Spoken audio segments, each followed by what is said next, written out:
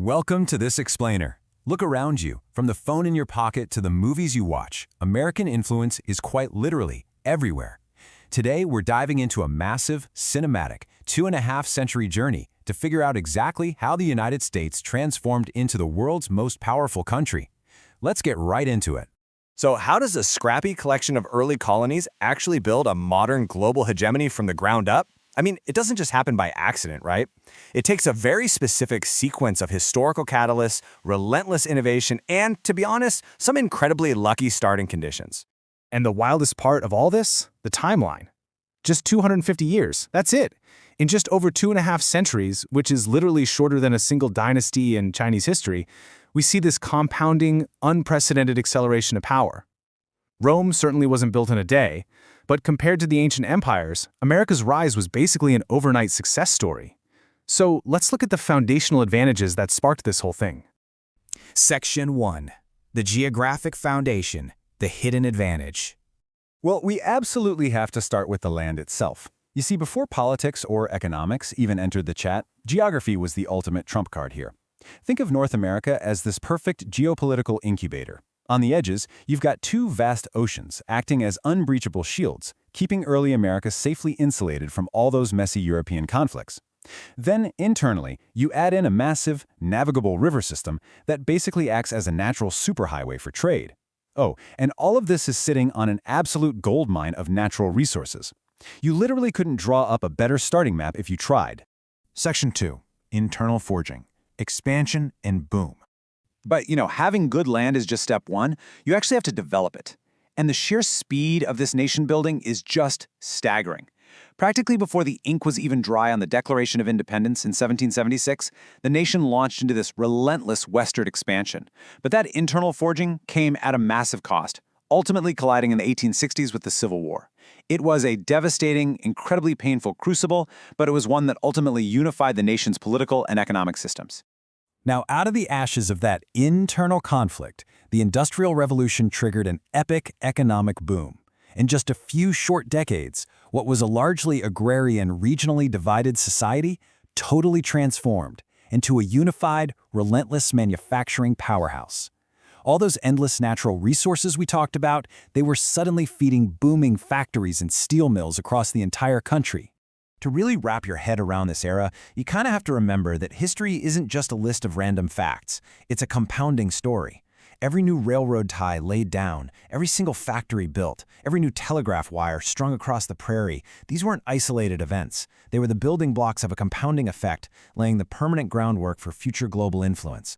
Section 3. The global crucible. Becoming a global power. So, with this unstoppable industrial engine now running at full tilt, the 20th century essentially forced America onto the world stage, and this required a massive pivot in foreign policy. Initially, the whole vibe was isolationism, basically using those massive ocean shields to stay out of Europe's endless wars. But eventually, that gave way to a reluctant entry into the world wars. And when the US did step in, their completely untouched industrial base simply outproduced everyone else. Emerging from World War II with Europe largely in ruins, America stepped fully into the role of global leadership.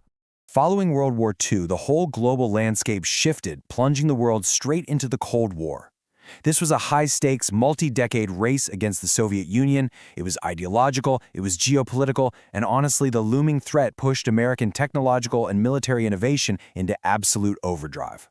If you just look impartially at the numbers from this time, the explosion is staggering. Pre-war military investments were completely dwarfed by these massive mid-Cold War spikes.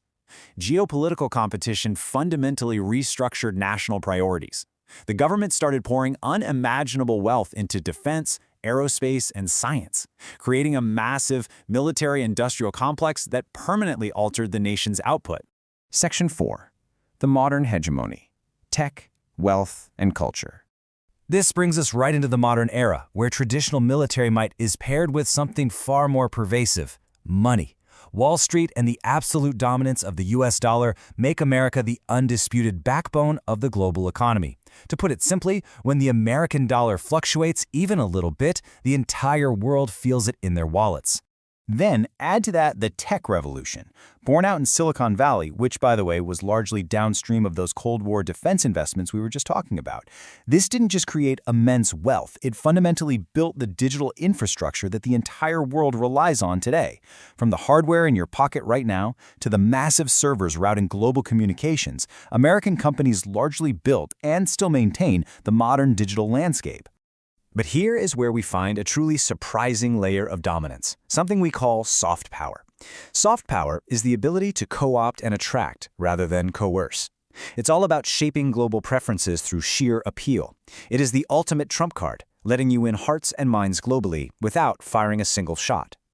So what does soft power actually look like in the real world? Well, it's Hollywood blockbusters playing in theaters from Tokyo to Berlin. It's chart-topping music, iconic fashion trends, and elite university systems. American culture is exported on a massive scale, acting as this invisible, highly attractive magnet for international talent, influence, and global goodwill. People all around the world wear American brands, consume American media, and study in American institutions. Section 5. The Horizon, Challenges, and the Future. Yet no ascent is without friction, right? Neutrally evaluating the landscape today, we see a really complex web of modern hurdles. The architecture of this empire is being pressured from both sides. Internally, there's the challenge of balancing intense domestic political divisions with massive economic shifts like automation and inflation. Externally, the nation is facing the rise of evolving global rivals and rapidly shifting international alliances. It's a very delicate, high-wire balancing act to maintain global primacy when both the home front and the world stage are changing so rapidly. Which brings us to the ultimate question. We've seen 250 years of relentless adaptation, geographical luck, and compounding advantages. But, history never stops moving. So will the American century continue? Can this complex architecture of empire adapt to the radically different landscape of the 21st century just as it did in the 20th? Thank you for exploring this historical blueprint with us on this explainer today, and keep questioning the world around you.